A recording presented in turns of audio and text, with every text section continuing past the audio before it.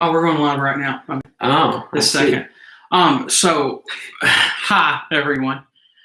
We're happy here, or no one, whichever. Whatever.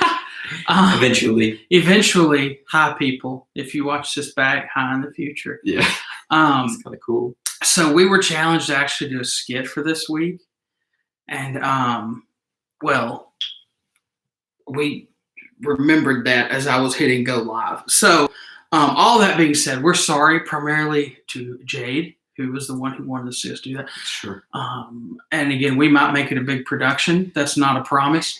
There were talks of puppets. That's not a promise. But we'll see. We'll see what we can do. We'll see what we can do. So, Jade, we apologize to you first and foremost. And technically, Cameron is your middle school pastor, so it's his fault. I was helping him out for you, so blame him. Technically, that's not true. I'm just happy to see you drinking water today, Blake. Listen, that's fair. I drank water the last two. Wait, did I have coffee last week? Mm-hmm. Oh, well. Drink more water, folks. Stay hydrated. So, but anyway, Cameron, how was your week? It's been wonderful. Wonderful. Wow, looks like my shorts are real short. They're not. Just. You can't even see them now.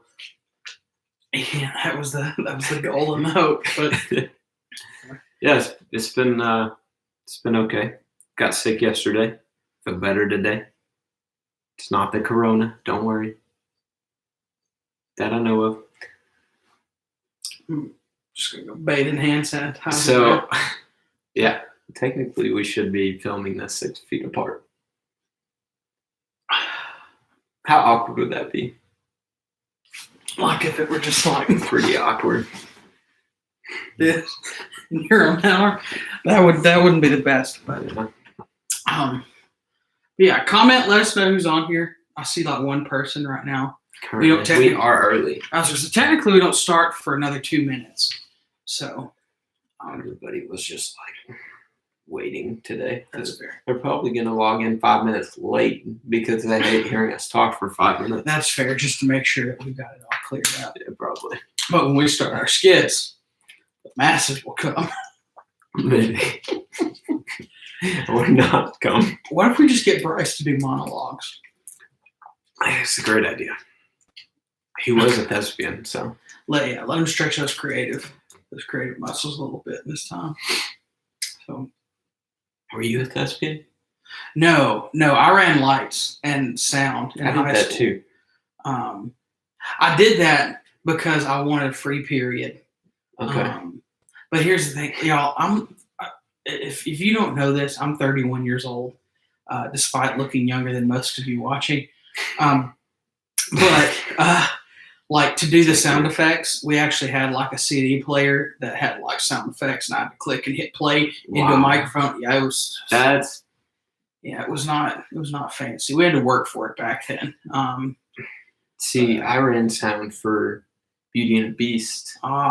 In the new theater that Russellville has, and I would press a button for the next scene, and all the cues. Yeah, they would just all go by themselves. It was kind of magical moment. Just see, I went up there to hang out with two of my friends, and we would take stuff from the props closet to decorate the sound booth because it was real boring. So, and we got in trouble for that one. But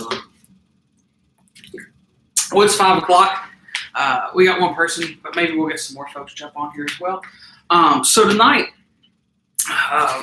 in terms of what we're talking about is, most of you who watch this have probably seen something or heard parts of this at the very least. Yeah. But we just kind of wanted to take a minute to share our testimonies while we're both in ministry. What led us to that point? Why that was the case?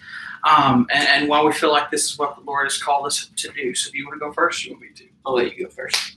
Awesome. So, I grew up in Mississippi, God's country, as some of us call it. I grew up. My parents. I was in church like the week after we were born. I once even broke my leg when I was 3. The first week I was out, they wheeled me there into church with a wheelbarrow like we didn't miss. Yeah, it was a long story. But anyway. Were y'all wearing overalls too?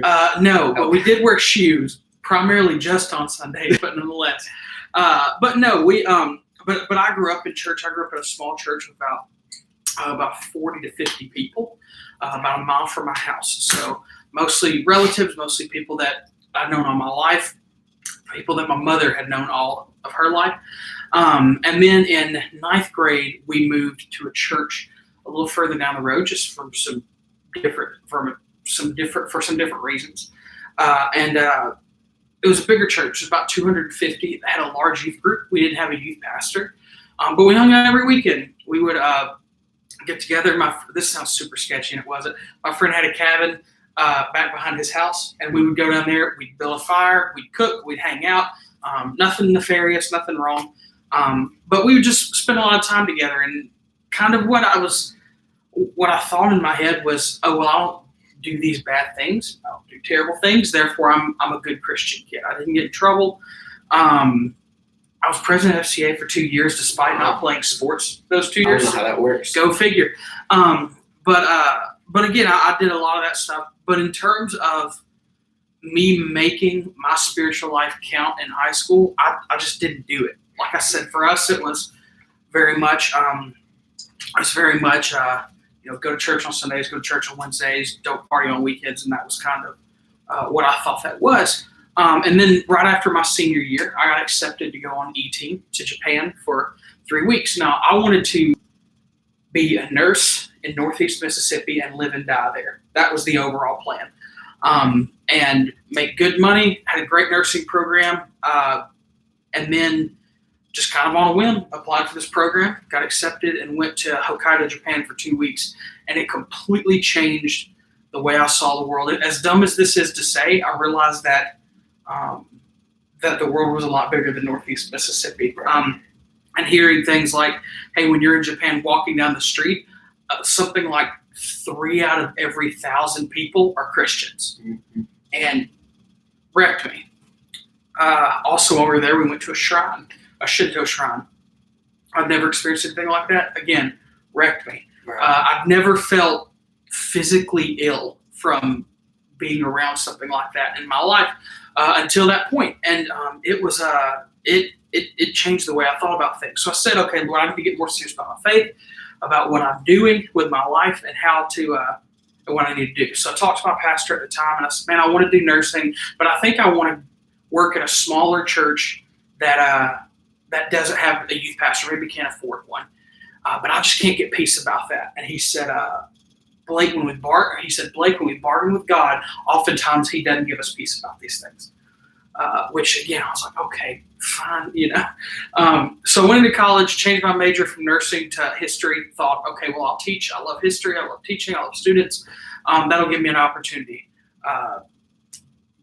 Still didn't feel a comfort about it. 2 years after I graduated high school, I moved to Nashville to go to Welch College. And while I was there, the Lord started dealing with me to be in student ministry because of my past, because of I didn't have this crazy testimony of all these different things. I had my own struggles, like anybody, like everyone does, and I had the things that I was insecure about, but I never had this crazy testimony. But I was like, but still nothing I did mattered in high school. I didn't take advantage of the opportunities that the Lord gave me.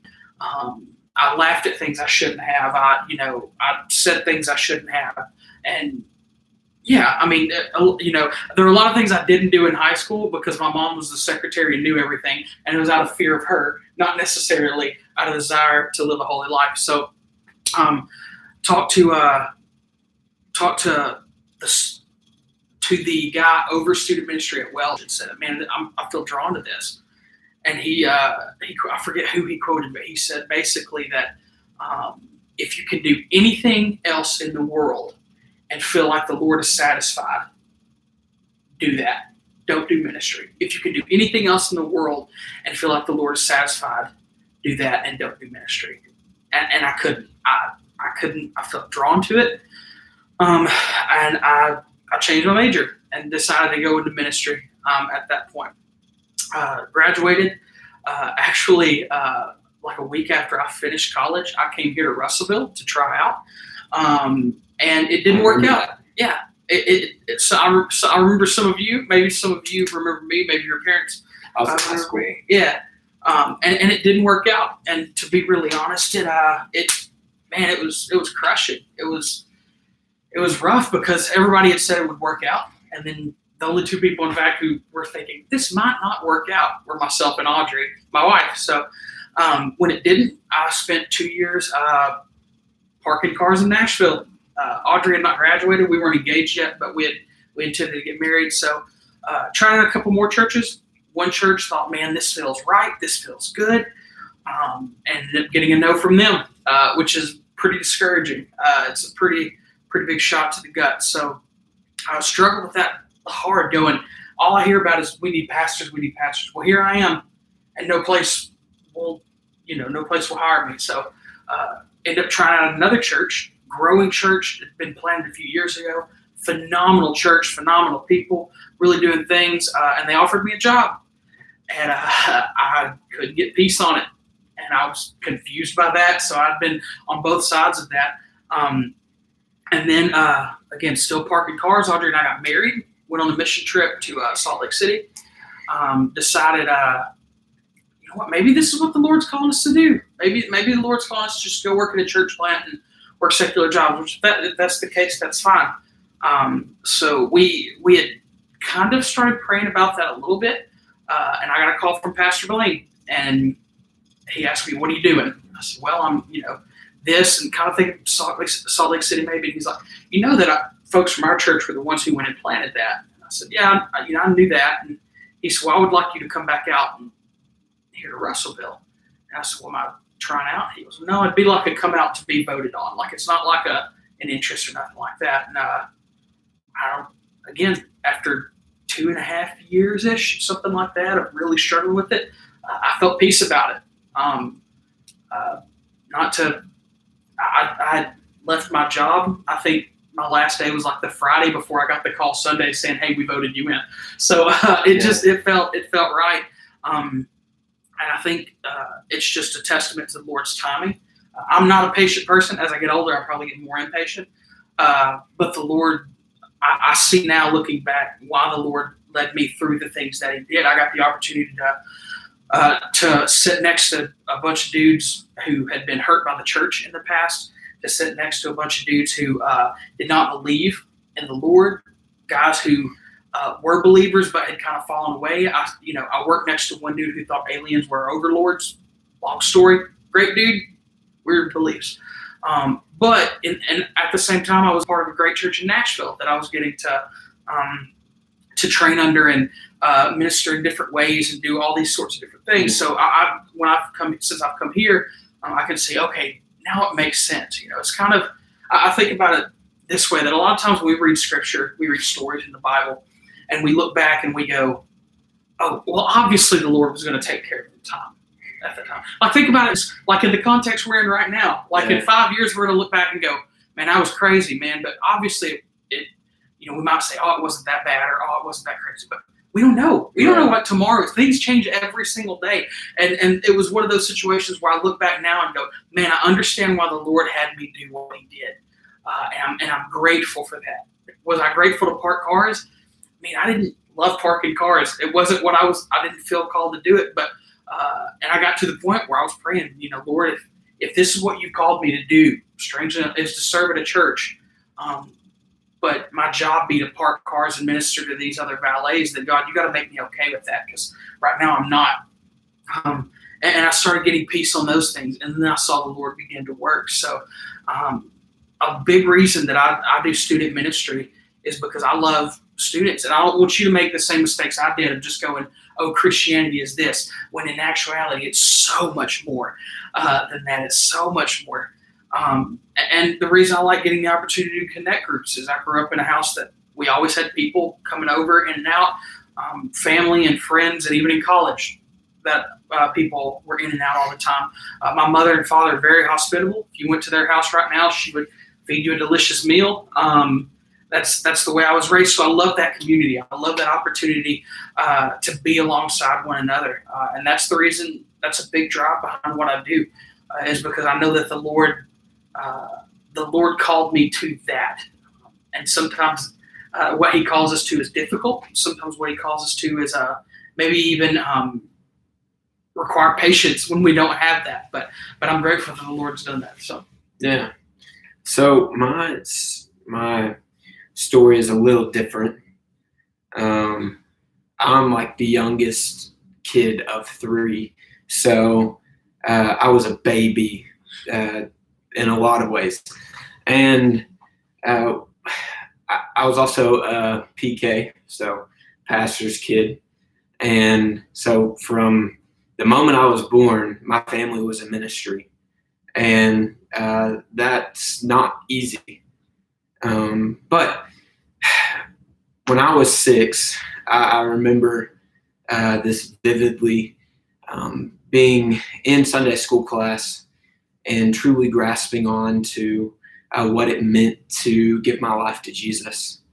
And I had seen that through my parents, and I had seen that through my siblings.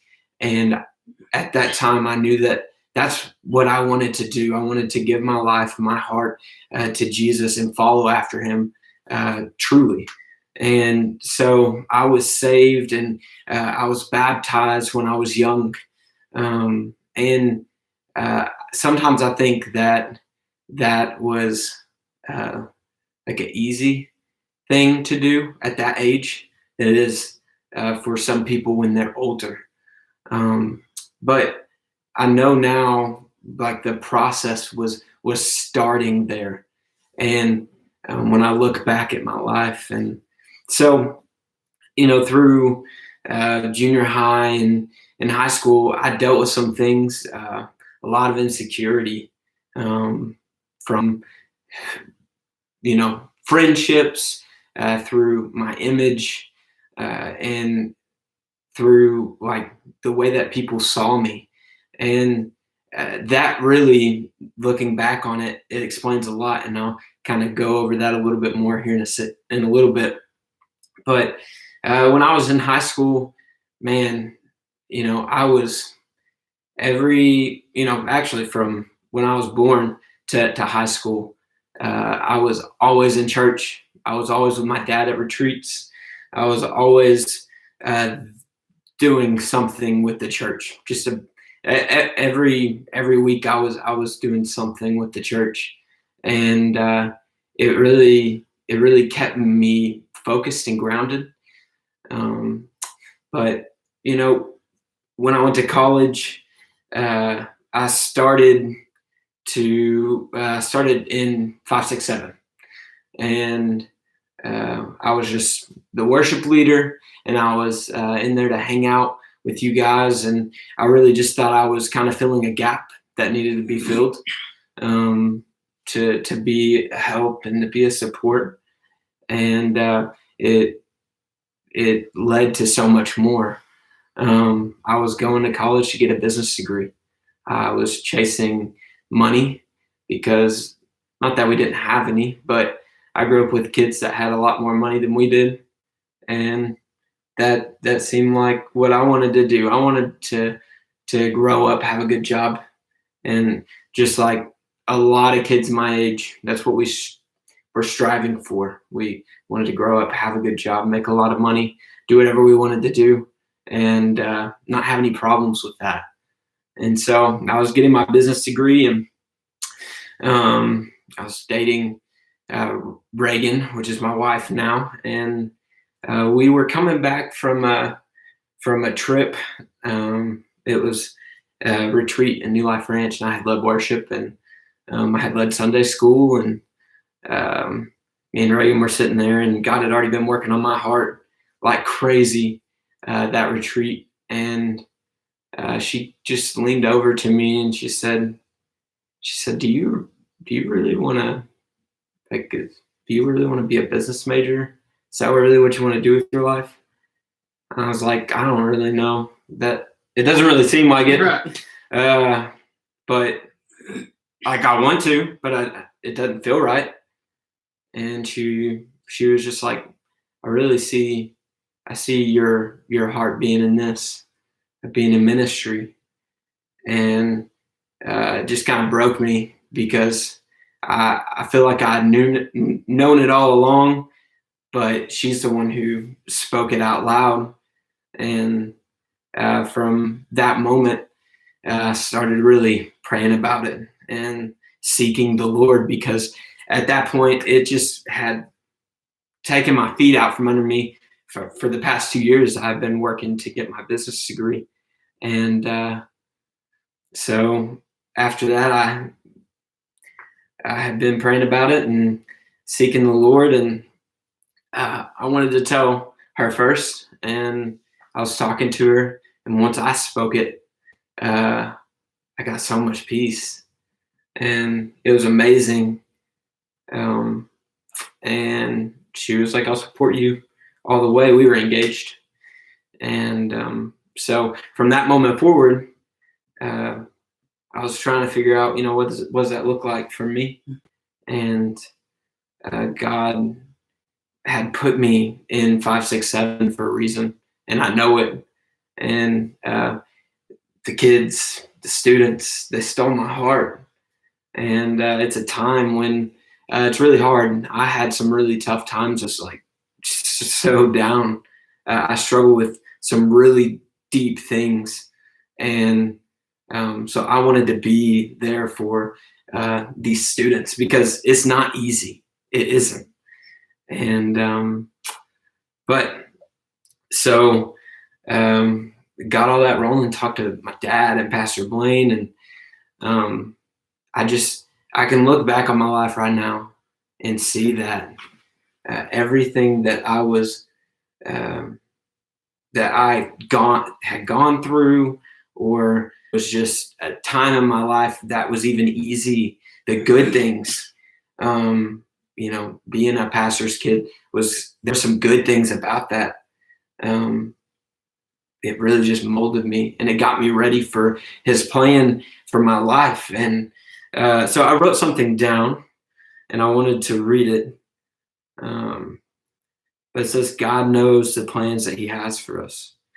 God chose me to watch the Holy Spirit use my dad, mom, brother, and sister so that many souls were saved.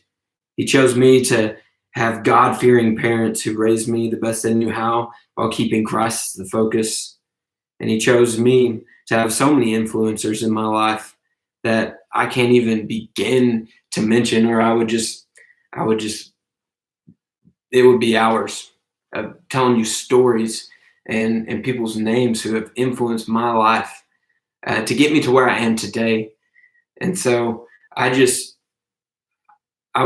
that a lot of my testimony is just God just kept putting me in places, putting me in situations. And I think that one thing that I've struggled with in terms of my testimony before is, like, you hear these incredible testimonies from people who were, who battled addictions and all these other things. And dude, that's not my testimony at all. I don't have that. That's not the way it goes. But the older I've gotten, the more I realize that on both sides of my family, my parents were raised in church. My mother said that when she was 6, she remembered going to the church down the street on her own, like, motivation, no one else's. Yeah. And again, when I came up in their house, my sisters and myself, my parents said, "You know what? We're going to give Blake and Blair and Jessica a different type of upbringing.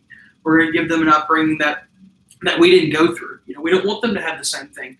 That we don't want them to go through the same thing that we did." And I didn't. Like, again, I can say, man, my testimony sounds boring, but listen, my testimony is not only my journey with the Lord, but also, the faithfulnul of my parents to love us and to raise us in the way that we needed to go. And even my prayer now for Calvin is, I want Calvin to have a better upbringing than I did. And I don't mean anything toward my mom or my dad with that. I mean that in such a way because, they took leaps and bounds. I'm standing on their shoulders due to the choices that they made, due to the things that they wanted to instill in me. I'm standing on their shoulders, and I pray that Calvin, stands on my shoulders. Right. And as weird as this is to think about, I pray that my grandkids one day have a better upbringing than even Calvin did. Not for my glory, not because they'll say, "Man, look what my grandpa did," but because I want that generational growth in them to be ministered to be elevated to do that. So I encourage you, if you're like, man, my testimony is kind of boring. Listen, your testimony is not boring. Your story, you have things that you can encourage other people with, and God can work through you regardless of what you've gone through or not gone through. Right. Blaine did a sermon a few weeks ago talking about, whenever we share with people, it's all about what the Lord's done through us. It's not, it doesn't help if Cameron's going through something. It doesn't help for me to go, "Oh yeah, man, let me tell you how bad my situation was." Right. But it does help when I say, "Let me show you how the Lord walked me through this. Yeah. Let me show you what the Lord did. This isn't my doing. Right. It's not my will. It's what the Lord done through me." Yeah. And again, y'all listen. It's incredible to get that opportunity. And my prayer, and I'll again speak for Cameron here too. And our prayer is that you make the most out of the time. It's easy to go, "Well, when I get in high school, well, when I get in college, well, when I get out of college, well, when I get married, well, it's easy to say that. It's much more difficult to say today. Right. Today is the day that I take my next steps. Today is the day that I grow in my faith.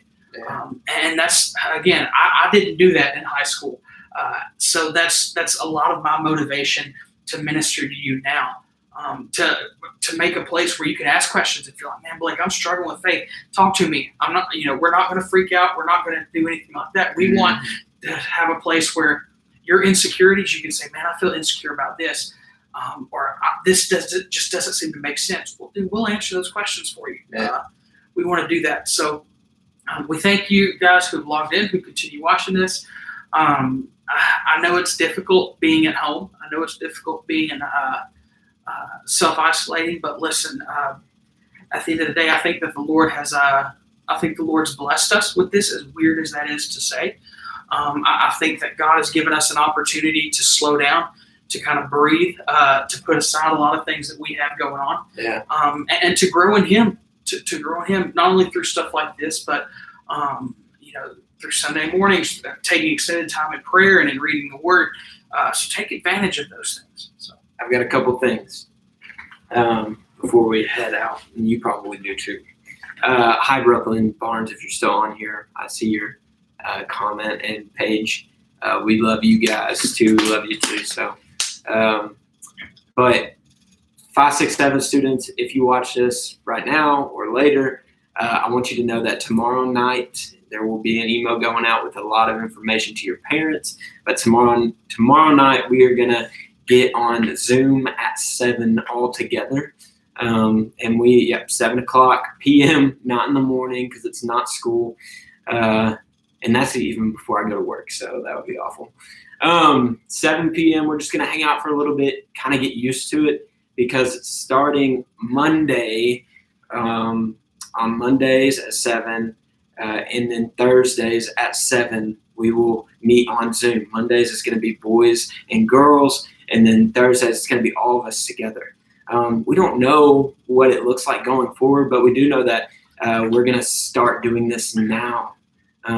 We need to get back together, and so for however long it takes, this is what we're going to do, maybe even more. But right now, this is what we got in place.